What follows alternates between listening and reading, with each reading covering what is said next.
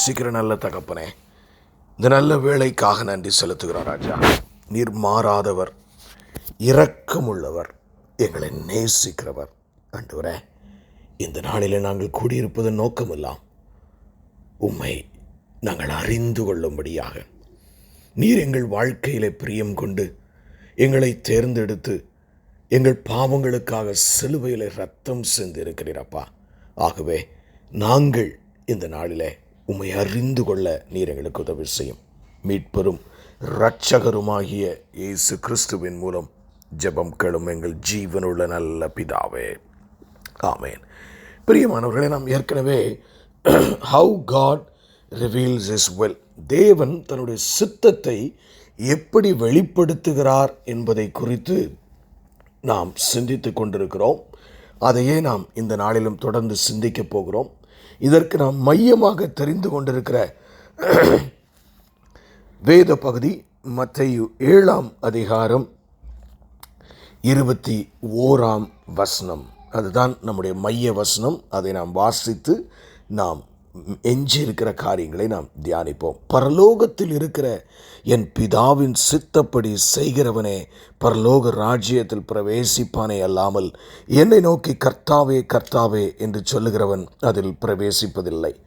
பரலோகத்தில் என் பிதாவின் சித்தத்தின்படி செய்கிறவனே, இந்த செய்கிறவனே என்ற வார்த்தை மிக ஆழமான ஒரு வார்த்தை. அல்லேலூயா. என்னை நோக்கி உன் இஷ்டத்துக்கு நீ வாழ்ந்துக்கிட்டு என்னை நோக்கி கர்த்தாவே கர்த்தாவேன்னு கூப்பிட்டுட்டு நீ அப்படி பரலோக ராஜ்யத்துக்கு வரணும்னு நினைக்காத. நீ என் பிள்ளையாக இருப்பாய், ஆனால் என் சத்தத்திற்கு நீ செவி கொடுப்பாய் என்று அங்கு சொல்லப்படுகிறதை பார்க்கிறோம். அல்லேலூயா. இதை நம்ம ஒரு இன்ட்ரோடக்ஷனாக இதுவரைக்கும் 7 செய்திகள் கேட்டிருக்கிறோம். இன்றைக்கு இது 8வது செய்தி. ஒரு இன்ட்ரடக்ஷன் பார்ப்போம். அதுக்கு பின்னாடி எப்பொழுது தேவன் தன்னுடைய சித்தத்தை நமக்கு வெளிப்படுத்துகிறார் என்று நாம் பார்த்து கொண்டிருக்கிறோம். கடைசியாக எப்படி how God reveals his will, எப்படி அவர் தன்னுடைய சித்தத்தை வெளிப்படுத்துவார் என்று நாம் பார்க்க இருக்கிறோம். இன்றைக்கி ஒருவேளை நாம் எப்பொழுது அவர் தேவ சித்தத்தை வெளிப்படுத்துகிறார் என்பதை நாம் இன்றைக்கி முடிப்பதற்கு ஒரு வாய்ப்பு இருக்கிறது என்று நான் கர்த்தருக்குள்ளே விசுவாசிக்கிறேன். எப்பொழுது என்று பார்க்கும் பொழுது முதலாவது ஆமேன் ஆமேன் முக்கியமான ஒரு காரியத்தை நாம் பார்த்தோம். நாம் கொலோசியர் 1ஆம் அதிகாரம் 9ஆம் வசனத்தின்படி ஜெபிக்கும் பொழுது தேவன் தன்னுடைய சித்தத்தை நமக்கு வெளிப்படுத்துகிறார் என்று பார்த்தோம். அடுத்து சரீரங்களை ஜீவ பலியாக நாம் ஒப்பு கொடுக்கும் பொழுது அவர் நமக்கு தேவ சித்தத்தை வெளிப்படுத்துகிறார் என்று பார்த்தோம். அடுத்தபடியாக நீங்கள் இந்த பிரபஞ்சத்துக்கொத்த வேஷம் தெரியாமல் இருக்கும்போது, உலக ஆசையிலே நாம் மறைந்து கிடக்காமல் இருக்கும் பொழுது அவர் தம்முடைய சித்தத்தை வெளிப்படுத்தி காட்டுகிறார் என்று பார்த்தோம். அது மாத்திரமல்ல, மனம் புதிதாகிறதுனாலே மறுரூபமாகும் பொழுது, நம் மனம் மறுரூபமாகும் போது என்ன நடக்குமா? தெய்வ சித்தத்தை நமக்கு வெளிப்படுத்துவார் என்று பார்த்தோம். அடுத்து உன் சுய புத்தியின் மேல் நீ சாராமல் இருக்கும் பொழுது தெய்வ சித்தத்தை நமக்கு வெளிப்படுத்துவார் என்று வசனங்கள் மூலமாக பார்த்து கொண்டே வந்தோம். அடுத்தபடியாக உன் முழு இருதயத்தோடும் கர்த்தர் மேல் நம்பிக்கை வைத்தாயானால் அப்பொழுதும் அவருடைய சித்தத்தை நமக்கு முழுமையாக வெளிப்படுத்துவார் என்று அதை சற்று ஆழமாக கூட சிந்தித்தோம். அடுத்தபடியாக கடைசியாக இதுவரைக்கும் நாம் சிந்திருப்பது உன் வழிகளெல்லாம் அவரை நினைத்துக்கொள். நீதிமொழிகள் 3:6 வைத்து நாம் இதுவரைக்கும் அப்படியாக ஒரு 7 செய்திகளை கேட்டிருக்கிறோம். இன்றைக்கு 8வது செய்தியாக. ஏன்னா இது ரொம்ப முக்கியம் பிரியமானவர்களே. இது அப்ரிட்ஜாக ஒரே செய்தியாகவும் நான் பேசியதும் அதுவும் பின்னாடி வெளியே வரும். அதையும் நீங்கள் கேட்கலாம், சுருக்கமாக கேட்க வேண்டுமென்றால். ஆனால் இதை விலாவாரியாக நாம் ஆழமாக பார்த்து கொண்டிருக்கிறோம். இன்றைக்கும் எப்பொழுது அவர் தெய்வ சித்தத்தை நமக்கு வெளிப்படுத்துகிறார் என்பதிலே ஒரு முக்கியமான பகுதிக்கு நாம் செல்ல இருக்கிறோம். அல்லேலூயா. இன்றைக்கி சங்கீத புஸ்தகத்திற்கு நேராக நாம் நம்முடைய கவனத்தை திருப்பிக் கொள்வோம். சங்கீத புத்தகம் 119ஆம் அதிகாரம் 105ஆம் வசனம். சங்கீதம் 119ஆம் அதிகாரம் 105ஆம் வசனம். உம்முடைய வசனம் என் கால்களுக்கு தீபமும் என் பாதைக்கு வெளிச்சமுமாய் இருக்கிறது. ஒன்று நல்லா தெரிஞ்சுக்கங்க, வேத வசனத்தை மன்னிக்கவும், தேவ சித்தத்தை நம்ம அறிந்து கொள்ளணும்னா 90% வேத வசன தியானத்தில் தான். ஹல்லேலூயா. வேற ரெவலேஷன் இல்லை பிரியமானவர்களே. அதிகபட்சமாய் தேவன் தன்னுடைய சித்தத்தை வெளிப்படுத்தி காட்டுகிறது என்னன்னு கேட்டிங்கன்னா இதுதான். ஹல்லேலூயா. தன்னுடைய வேதத்தை தியானிக்கும் பொழுது அது என்ன அழகாக சொல்லப்பட்டிருக்குன்னு பாருங்களேன். உம்முடைய வசனம் என் கால்களுக்கு தீபமும். நீங்கள் ஒருவேளை இந்த சங்கீதக்காரன் எழுதும்போது கரண்ட்டு கிடையாது. நீங்கள் அந்த கற்பனைக்குள்ளே நீங்கள் சற்று வரும்படி நான் உங்களை அழைக்கிறேன். ஒரு காட்டு பாதை, ஒரு குடிசை இருக்கிறது, ஒரு மைல் தள்ளி இன்னொரு குடிசை இருக்கிறது, உறவினருடைய குடிசைன்னு வச்சுக்குவோம். காட்டுப்பாதை. அப்போது அதில் அந்த காலத்தில் ஸ்ட்ரீட் லைட்லாம் கிடையாது. போகும்போது கையில் ஒரு விளக்கை பிடித்திருப்பார்கள். அப்படி அந்த விளக்கை பிடித்து கொண்டு அவர்கள் போகும்போது என்ன நடக்கும் என்று யோசித்து பாருங்கள். இதைத்தான் கற்பனையாக நீங்களும் நானும் விளங்கி கொள்ளும்படியாக வேதத்தில் சொல்லப்பட்டிருக்கிறது. அந்த விளக்கை தூக்கிட்டு போகும்போது மிஞ்சி போன ஒரு 3 அடி 2 அடிக்கு தான் வெளிச்சம் கிடைக்குங்க. ஹல்லேலூயா. நீங்களும் விளக்கும் சேர்ந்து போய்கொண்டிருக்கிற வரைக்கும் எவ்வளவு தூரம் போனாலும் அந்த எண்ணெய் இருக்கிற வரைக்கும் வெளிச்சம் கொடுத்து கொண்டே இருக்கும். ஹல்லேலூயா. அப்போ இதில் ஒரு காரியத்தை நீங்கள் தெரிந்து கொள்ளணும். இந்த வசனம் உங்கள் வாழ்க்கையில் இருக்க வேண்டும். ஹல்லேலூயா. இந்த வசனம் உங்கள் வாழ்க்கையில் இருக்க வேண்டும். அப்படி இருக்கும் பொழுது மாத்திரமே பிரியமானவர்களே. ஏன்னா நீங்கள் வெறுமனையாக நடந்தாலும் வெளிச்சம் வராது, அந்த விளக்கு மட்டும் தனியாக போகவும் செய்யாது. இரண்டும் சேர்ந்தே இருக்க வேண்டும். ஹல்லேலூயா. அப்போ உங்களுடைய வாழ்க்கையில் தேவ சித்தம் என்ன என்பதை நீங்கள் அறிந்து கொள்ள வேண்டுமானால், இன்றைக்கு தேவன் என்னை என்ன ஜெபிக்க சொல்லுகிறார், இன்றைக்கு தேவன் நான் எந்த இடத்திற்கு போக சொல்லுகிறார், அப்படி அநேக காரியங்களின் உள்ளத்திலே பார்த்தீங்கன்னா நம்ம எப்படிப்பட்டவர்களாக இருக்கணும்? தேவ வசனத்தை வாசிக்கிறவர்களாகவும் தியானிக்கிறவர்களாகவும் இருக்க வேண்டும். அல்லேலூயா. இது ரொம்ப முக்கியமான காரியம் பிரியமானவர்களே. நீங்கள் வேத வசன இன்றைக்கி 2 விஷயம் சபைகளிலே விசுவாசிகளின் மத்தியிலே குறைந்து போய் கொண்டிருக்கிறது. ஒன்று வேத தியானம். அதாவது படிப்போம் பைபிளை, ஏதாவது ஒரு சங்கீதம் கூடிய மட்டும் சங்கீதத்துக்கு போயிடுறது, இல்லைனா இருக்கிற சின்ன சாப்டர், இல்லைன்னா திருப்பின பக்கம் கடகடன்னு வாசிக்கும் போது பல சிந்தனைகள். அப்படித்தான் நம்ம அநேக சமயங்களில் இன்றைக்கு இருக்கிறோம் பிரியமானவர்களே. நம்ம அப்படி இருக்கக்கூடாது. ஹல்லேலூயா. நம்ம எப்படி இருக்கணும்? இருதயத்தில் அதை வாஞ்சிக்க வேண்டும். ஹல்லேலூயா. சங்கீதத்தில் பார்த்தீங்கன்னா 1ஆம் அதிகாரம் மிக அழகாக இதை சித்தரிக்கிறதை நாம் அறிந்திருக்கிறோம். நிறைய பேர் நாம் பைபிள் படித்தா போதும் நினைக்கிறாங்க. இந்த பைபிள் படிக்கிறதுக்கு முன்னாடியே ஒரு காரியம் உங்களுக்கு அவசியம். என்ன தெரியுமா? சங்கீதம் 1ஆம் அதிகாரம் 2ஆம் வசனம். நல்ல கவனிங்க. கர்த்தருடைய வேதத்தில் பிரியமாய் இருந்து இரவும் பகலும் அவருடைய வேதத்தில் தியானமாயிருக்கிற மனுஷன் பாக்கியவான். ஹல்லேலூயா. உங்கள் வாழ்க்கையில் நீங்கள் செய்கிறதெல்லாம் வாய்க்கணுமா? ஒரே வழிதாங்க. இரவும் பகலும் கர்த்தருடைய வேதத்தை பிரியமாயிருந்து அதை தியானிக்கும் பொழுது அங்கு வேதம் சொல்லுகிறது, அவன் செய்வதெல்லாம் வாய்க்கும் என்று. ஹல்லேலூயா. அப்போ நல்லா தெரிஞ்சுக்கங்க. ஒருவேளை நீங்கள் சொல்லலாம், ஐயா பிரசங்க யாரே நீ சொல்கிறதெல்லாம் சரிதான், ஆனால் எனக்கு அந்த வாஞ்சை இல்லையே அப்படின்னா நீங்கள் என்ன செய்யணும்னு கேட்டிங்கன்னா, நீங்கள் முழங்கால் படிட்டு, ஆண்டவரே உம்முடைய வேதத்தின் மேல் இருக்கிற அந்த வாஞ்சையை எனக்கு தாரும். இப்படி தான் நாங்கள் ஜெபிக்கணுங்க. அந்த பொருள் வேணும் இந்த பொருள் வேணும்னு கேட்கிறதெல்லாம் 2ஆம் பட்சம். முதலாவதாக இந்த வேதத்தை நேசிக்கிற, அந்த தியானிக்கிற ஒரு வாஞ்சையே என்னிடத்தில் இல்லையே, அந்த ஆசையே இல்லையே. அது இருந்து அதுக்கப்புறம் அந்த வசனத்தை தியானித்து அந்த தியானிக்கிற வசனத்தின்படி நீங்கள் வாழும் பொழுது, அல்லேலூயா, ஆம் பிரியமானவர்களே, நீங்கள் அதன்படி வாழ வேண்டும். அதன்படி வாழ வேண்டும். நான் ஒரு வசனத்தை உங்களுக்கு இன்றைக்கி வாசிக்கிறேன். உங்களுக்கு மனசுக்கு கொஞ்சம் கஷ்டமாக தான் இருக்கும். இருந்தாலும் நீங்கள் இந்த வசனத்தெல்லாம் வாசித்து எவ்வளவு நாள் இருக்கும்னு நீங்களே சிந்திச்சு பாருங்கள். அல்லேலூயா. எபிரேய ஆக்கியோன் புஸ்தகத்துக்கு முந்தின புஸ்தகம் தீத்துவின் புஸ்தகம் 1ஆம் அதிகாரம் 16ஆம் வசனம். அல்லேலூயா. நல்ல கவனிங்க. தீத்துவின் புஸ்தகம் புதிய ஏற்பாட்டிலே 1ஆம் அதிகாரம் 16ஆம் வசனம். அவர்கள் தேவனை அறிந்திருக்கிறோம் என்று அறிக்கை பண்ணுகிறார்கள். யாரு? நீங்களும் நானும், விசுவாசிகள், சபைக்கு போகிறவங்க. அவங்க என்ன சொல்கிறாங்க? அவர்கள் தேவனை அறிந்திருக்கிறோம் என்று அறிக்கை பண்ணுகிறார்கள், கிரியைகளினாலோ அவரை மறுதலிக்கிறார்கள். அது என்ன சொல்லுது பைபிள்? அறிக்கை பண்ணுறதெல்லாம் கரெக்டாக தான் இருக்குது. நான் இயேசுவின் பிள்ளைன்னு பாடுறது, ஊழியம் செய்கிறது, காணிக்கை கொடுக்கறது எல்லாமே நல்லா தான் இருக்குது. ஆனால் கிரியைகளினாலோ அவரை மறுதலிக்கிறார்கள். அதாவது விசுவாசம் ஒன்று, கிரியை இன்னொன்று. அப்படிப்பட்டவங்களை குறித்து அந்த வேதம் என்ன சொல்லுது? இதுக்கு கீழே வாஸ்து பார்த்தா இன்னும் பயங்கரமாக இருக்குது. இப்படி தேவனை அறிந்திருக்கிறோம் என்று அறிக்கை பண்ணுகிறவர்கள், கிரியைகளிலே அவரை மறுதலிக்கிறவர்கள், அவர்கள் யாரா? அவர்கள் அருவருக்கப்படத்தக்கவர்களும். பைபிள் சொல்லுதுங்க.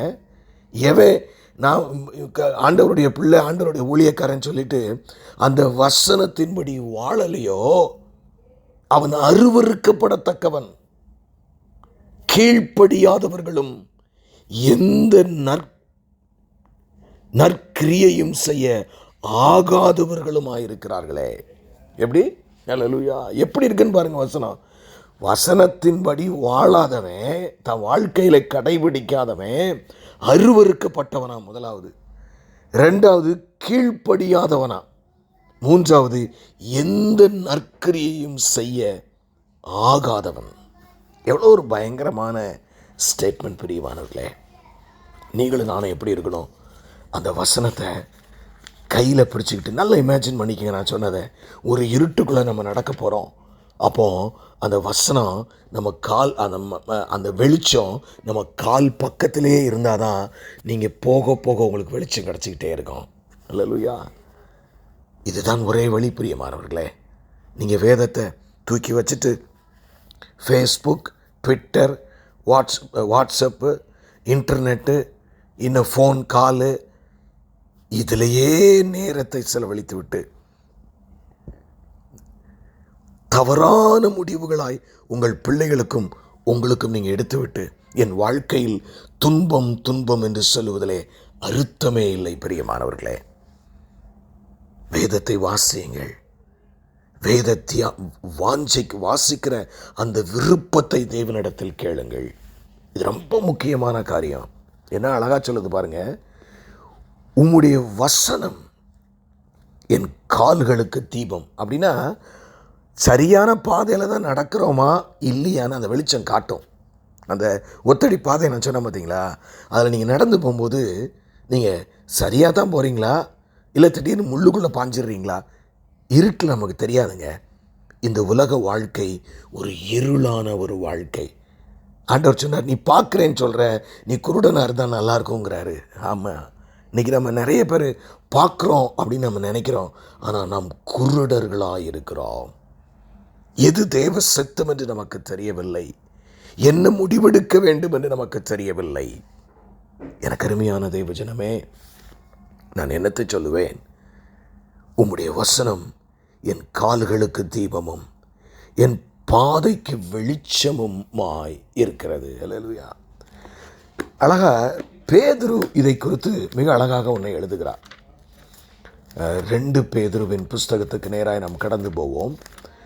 2 பேதுருவில் ரொம்ப அழகான ஒரு வசனம் ஒன்று இருக்கிறது. இந்த கான்டெக்ஸ்டில் நம்ம அதை கண்டிப்பாக சிந்திச்சு தான் ஆகணும். 2 பேதுருவின் புஸ்தகம் 1ஆம் அதிகாரம் 19ஆம் வசனம். 2 பேதுரு 1ஆம் அதிகாரம் 19ஆம் வசனம். கவனமாக கேளுங்க. இது கடவுளுடைய வார்த்தை. அதிக உறுதியான தீர்க்க தரிசன வசனமும் நமக்கு உண்டு. பொழுது விடிந்து வெள்ளி உங்கள் இருதயங்களில் உதிக்கும் அளவும் இருளுள்ள ஸ்தலத்தில் பிரகாசிப்பிக்கிற விளக்கை போன்ற அவ்வசனத்தை கவனித்திருப்பது நலமாய் இருக்கும். அல்ல, ஏன் அப்படி சொல்லுது வசனம்? ஒன்றும் இல்லைங்க. இந்த வசனத்தில் இருளான இரவிலே, ஆமேன், அதிகாலை விடிவெள்ளி வருகிற வரைக்கும் இருளின் சமயத்தில் நீ எப்படி ஒரு விளக்கை வீட்டில் வைத்திருக்கிறாயோ, அப்படி இந்த வசனம் உன் வாழ்க்கையாகிய இருளிலே வெளிச்சத்தை காட்டுமாகவே நீ அந்த வசனத்தை கவனித்து நோக்கி பார்ப்பது நல்லது என்று வேதம் சொல்லுகிறது. அல்லேலூயா. எனக்கு அருமையான தேவஜனமே, இந்த வார்த்தையை கொண்டுதான் கர்த்தர் பூமியையும் சகலத்தையும் உண்டாக்கினார். அவருடைய வார்த்தையில் ஜீவன் உண்டு. அவருடைய வார்த்தையில் வழி காட்டுகிற சூழ்நிலை உண்டு. நீங்கள் அதை ஒதுக்கி வச்சுட்டு, ஏன்னா ஊழியம் நிறைய பார்க்குறேன், உங்களையே நீங்கள் ஏமாற்றிக் கொள்ளாதிருங்கள். அதிகமாக ஜெபித்து அதிகமாக வேதம் வாசிக்காமல் அந்த ஊழியம் தவறாய் போவதற்கு வாய்ப்பு உண்டு. பிரியமானவர்களே, தவறாய் போவதற்கு வாய்ப்பு உண்டு. நான் ஏற்கனவே சொல்லியிருப்பேன்னு நினைக்கிறேன், இருந்தாலும் மீண்டும் சொல்வது தவறல்ல. ஒரு நல்ல தேவனுடைய மனுஷனை சந்தித்தேன். அவருடைய உறவினர் ஒருவர் நல்ல தீர்க்க தரிசனம் வரம் உடையவராம். அவர் வாழ்க்கையில் சில பிரச்சனைகள் ஆகவே கொஞ்சம் சோர்வுற்று போனார். அவரை சந்தித்த பொழுது அவர்கிட்ட சொன்னாரா, இப்போல்லாம் அங்கிள் நீங்கள் பைபிள் எப்படி பைபிள்லாம் அப்போ படிக்கிறதில்லப்பா, எனக்கு ஆண்டவரே தரிசனத்தில் இல்லைன்னா சொப்பனங்களில் சில ரெவலேஷன் வரும், வெளிப்படுத்தல் வரும், அதன்படியே போய் கொண்டிருக்கிறேன். எவ்வளவு பரிதாபமான ஊழியக்காரர் என்று பாருங்கள். அதாவது எக்ஸ்ட்ரா பிப்ளிக்கல் ரெவலேஷன் என்று சொல்லுவார்கள். வேதம் நீங்கள் யார் பிரசங்கமாக இருந்தாலும் சரி, அது நானே செய்கிற பிரசங்கமாக இருந்தாலும் வேதத்தின்படி சரியா என்று பார்க்க வேண்டும். உங்கள் குடும்பங்களில் நீங்கள் எடுக்கிற முடிவுகள், நீங்கள் ஒரு காரியத்தை செய்யும் பொழுது இது வேத வசனத்தின்படி இருக்கிறதா? அப்போ கர்த்தருடைய பாதை தான் நெய்யாய் பொழியும். அதில் நீங்கள் நடக்கணும்னா பைபிளை நேசித்து வாஞ்சித்து எடுத்து அதை தியானிக்க வேண்டும். அல்லேலூயா. எனக்கு அருமையான தேவஜனமே, உலகம் இருளில் கிடக்கு, ஆசையில் மூழ்கி போய் கிடக்கு, இச்சையில் மூழ்கி போய் கிடக்கு. பரலோக ராஜ்யத்திற்கு போகிற எனக்கு அருமையான சகோதரனே சகோதரியே, நீ எதில் இருக்கிறாய்? நான் வேத தியானத்தில் கிடக்கிறேன் என்று உன்னால் சொல்ல முடியுமோ? இல்லாவிட்டால் நாம் நம்மையே ஏமாற்றிக் கொள்ளுகிறவர்களாய் ஒருவேளை இருக்கக்கூடும். பிரியமானவர்களே, நம்மையே ஏமாற்றிக் கொள்ளுவர்களாக இருக்கக்கூடும். இந்த வசனம் எவ்வளோ அழகாக சொல்லுது. மீண்டும் வாசிக்கிறேன். அதிக உறுதியான தீர்க்க தரிசன வசனம் நமக்கு உண்டு. 2 பேதுரு 1:19. அதிக உறுதியான தீர்க்க தரிசன வசனம் நமக்கு உண்டு. பொழுது விடிந்து விடிவெள்ளி உங்கள் இருதயங்களில் உதிக்கும் அளவும் இருளுள்ள ஸ்தலத்தில் பிரகாசிக்கிற விளக்கை போன்ற அவ்வசனத்தை கவனித்திருப்பது நலமாயிருக்கும். வாஞ்சிக்கணும், வாசிக்கணும், தியானிக்கணும். அது மேலேயே உங்கள் கண் கவனமாக இருக்கணுமாங்க. நம்ம வீட்டில் கோல்டு இருந்தால் அப்படி லாக்கரில் பூட்டி வச்சுருக்க மாட்டோம். ஒரு சொத்து இருந்தால் அதை நினச்சிக்கிட்டே இருக்க மாட்டோம். வசனத்தின் மேல் கவனித்திருப்பது நல்லது. அல்லேலூயா. உங்கள் இருதயத்தை சீர்தூக்கி பாருங்க. என் வாழ்க்கையிலே நான் வசனத்தை கவனித்து வாழ்கிறேனா, இல்லாவிட்டால் மக்கள் சொல்லுகிறதின்படி வாழ்கிறேனா, இல்லாவிட்டால் என் ஆசையின்படி வாழ்கிறேனா, இல்லாவிட்டால் எனக்கு வருகிற சூழ்நிலையின்படி வாழ்கிறேனா? இப்படி 3 விதமாய் நீங்கள் வாழலாம் பிரியமானவர்களே. ஆனால் வேதம் சொல்லுகிறது, கர்த்தருடைய வசனத்தின் மேல் கவனமாயிருந்து வாழ்வது நல்லது.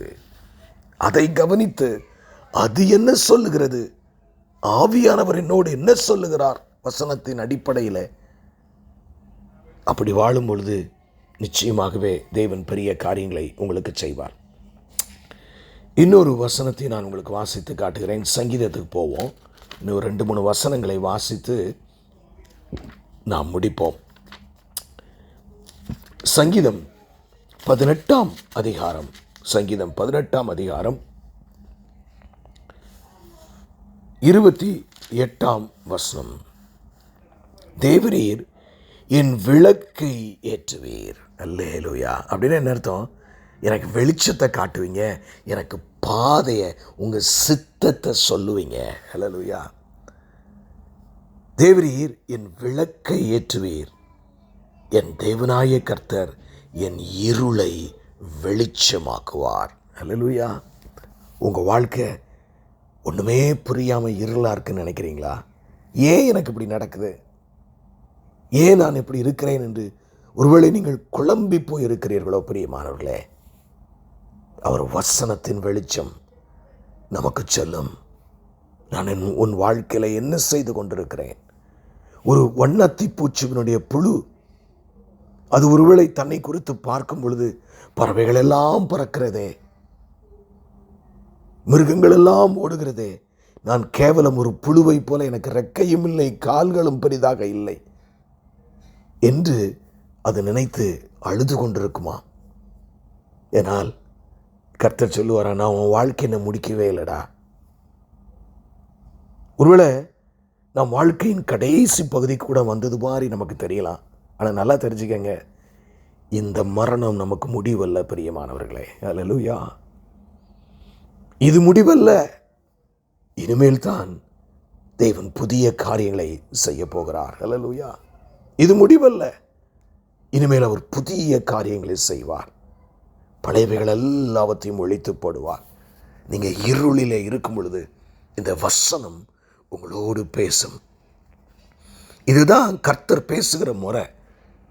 அழகாக சொல்லுவார். ஆமென். தேவரீர் என் விளக்கை ஏற்றுவீர். அல்லேலூயா. எவ்வளோ ஒரு பாசிட்டிவ் அஃபர்மேட்டட் வேர்டுன்னு பாருங்க. அல்லேலூயா. சங்கீத ஆக்கியோன் அழகாக அதை சொல்லுகிறார். ஆமென். எவ்வளவு அழகாக தாவீது அதை சொல்லுகிறதை நாம் பார்க்கிறோம். ஆமென். தேவரீர் என் விளக்கை ஏற்றுவீர்.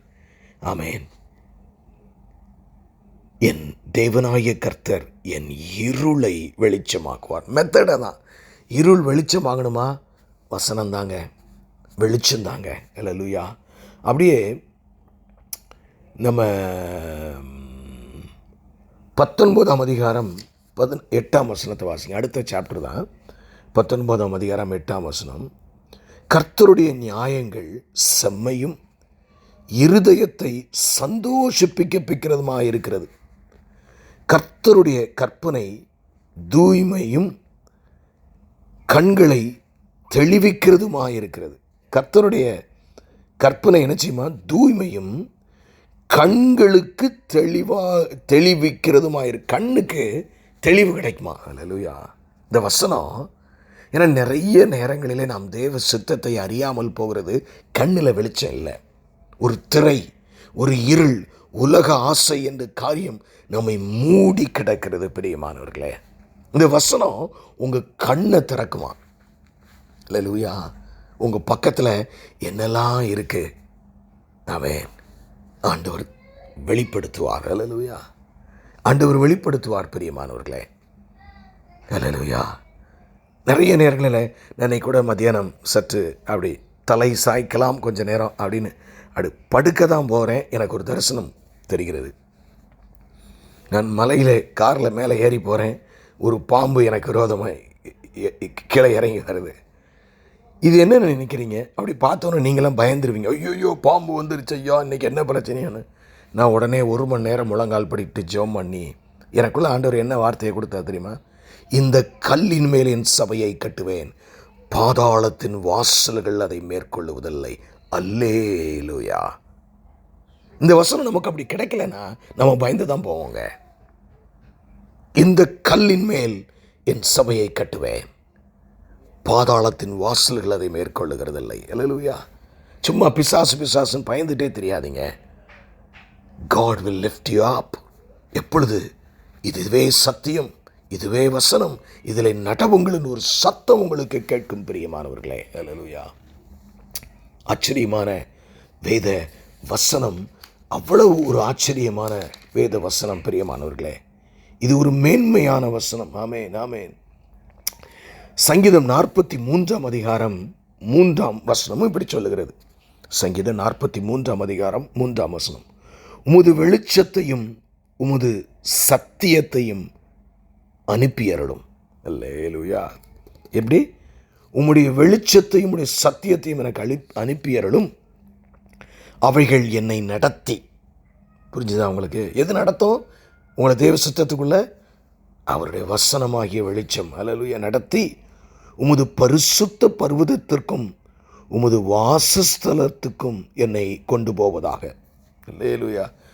பெரிய பெரிய பங்களாவாக வாங்க நடத்துமா என்னமோ, நிச்சயமாக அதுவும் செய்யும். ஆனால் உங்களை பரிசுத்த பர்வதம் பரலோக ராஜ்யத்திற்கும், ஆமேன் ஆமேன், உமது வாசஸ்தலத்திற்கும் வழி நடத்தட்டும் என்னது சங்கீதக்காரன் சொல்லுகிறான். அல்லேலூயா. இந்த வசனம் உங்களை சொர்க்கத்தில் வந்து சேர்க்கும். இந்த வசனம் உங்கள் பாதைக்கு தீபமாய் இருக்கும். ஆம் பிரியமானவர்களே, உங்களுக்கு தேவ சித்தம் தெரியணும்னா அதிகமாக நீங்கள் செய்ய வேண்டிய காரியம் வேத தியானம். யோபுவின் புஸ்தகம் 29 அதிகாரம் 3 இப்படியாய் சொல்லுகிறது. யோபுவின் புஸ்தகம் 29 அதிகாரம் 3 அப்பொழுது அவர் தீபம் என் தலையின் மேல் பிரகாசித்தது. அல்லேலூயா. ஹெட்லைட் மாதிரி அடிக்கும் போல. அல்லேலூயா. அப்படின்னு நேர்த்தம். என் சிந்தனையிலே நான் அகப்பட்டு பயந்து போய் கிடந்தேன். என் சிந்தையிலே தேவனை அறியாமல் கிடந்தேன். என் தலையிலே எனக்கு நோவு இருந்தது. அப்பொழுது அவர் தீபம், வசனம், என் தலையின் மேல் பிரகாசித்தது. அவர் அருளின வெளிச்சத்தினாலே இருளை கடந்து போனேன். நீங்கள் இருளை கடந்து போகிற சூழ்நிலைகள் கிறிஸ்தவ வாழ்க்கையில் வரலாம் பிரியமானவர்களே. ஆனால் ஆண்டவருடைய மெத்தட் ஆஃப் ரிடம்ஷன் என்ன தெரியுமா? ஆண்டவரை உங்களை விடுவிக்கிற மெத்தட், முறை எது தெரியுமா? வசனத்தின் மூலம். முதல்ல உங்களுக்கு ஒரு அவேர்னஸை கொடுப்பாரு. அல்லேலூயா. நீங்கள் தெரிந்து கொண்ட பின்பு பரிசுத்தாவின் வல்லமை உங்களுக்கு கொடுப்பாரு. பரிசுத்தாவின் வல்லமையை கொடுத்த பின்னாடி ஒரு செயல்பாட்டுக்கு உங்களை கொண்டு போவார். ஒரு செயல்பாட்டுக்கு கொண்டு போகும்போது அவர் உங்களுக்கு முன்பதாக சென்று கோணலானவைகளை எல்லாம் செவ்வையாக்கி சரியான தேவ சித்தத்தில் உங்களை நடத்துவார். பயப்படாதிருங்கள் பிரியமானவர்களே. இந்த தேவன் சொல்றது ஒன்று செய்கிறது ஒன்றுங்கிற தேவன் அல்ல. இந்த தேவன் என்றென்றைக்கும் சதா காலங்களிலும் நம்முடனே கூட இருக்கிறார். மரண பரியந்த நம்மை நடத்துவாராம். அல்லேலூயா. ஒரு நாள் கூட உங்களை கைவிட்டு விலகி இருக்க மாட்டார். உங்களுக்கு எவ்வளவு துன்ப சூழ்நிலையாய் கூட நீங்கள் இப்பொழுது இருக்கலாம், பல கேள்விகளோடு இருக்கலாம். அப்பாட்ட வாங்க, வசனத்தை திறந்து வாசிங்க. எனக்கு பல குழப்பங்கள் இருக்கிறது ஆண்டவரே, பல கேள்விகள் இருக்கிறது, அநேக காரியங்கள் எனக்கு புரியவில்லை. எனக்கு உம் சித்தம் என்ன இந்த விஷயத்தில் எனக்கு சொல்லும். அவர் நிச்சயம் சொல்லுவார். கண்களை மூடி நாம் ஜெபிப்போம். எங்களை நேசிக்கிற நல்ல தகப்பனே, இந்த நாளிலும் கூட அப்பா, எப்பொழுது உம்முடைய சித்தத்தை எங்களுக்கு வெளிப்படுத்துகிறீர் என்று பார்க்கும் பொழுது நாங்கள் உம்முடைய வேதத்தை வாஞ்சித்து அதை தியானிக்கும் பொழுது அது எங்களுக்கு வெளிச்சமாக மாறிவிடுகிறது என்று பார்த்தோம். எங்கள் கண்களுக்கு ஆண்டவரே அந்த இருளை போக்குகிறதாக இருக்கிறது என்று பார்த்தோம். எங்கள் தலையிலே தகாத விதமாய் நாங்கள் சிந்திக்காதபடி எங்கள் தலையிலே ஒரு வெளிச்சமாக அது வந்து இறங்குகிறது என்று பார்த்தோம். இந்த வார்த்தையை கேட்கிற ஒவ்வொருவரும் அதிகமாய் வேதத்தை தியானித்து ஆண்டவரே உம் சித்தத்தை அறிந்து கொள்ள, புரிந்து கொள்ள, செயல்படுத்த நீர் கிருபை செய்யும். மீட்பெரும் இரட்சகருமாகிய இயேசு கிறிஸ்துவின் மூலம் ஜெபம் கேளும் எங்கள் ஜீவனுள்ள நல்ல பிதாவே. ஆமென்.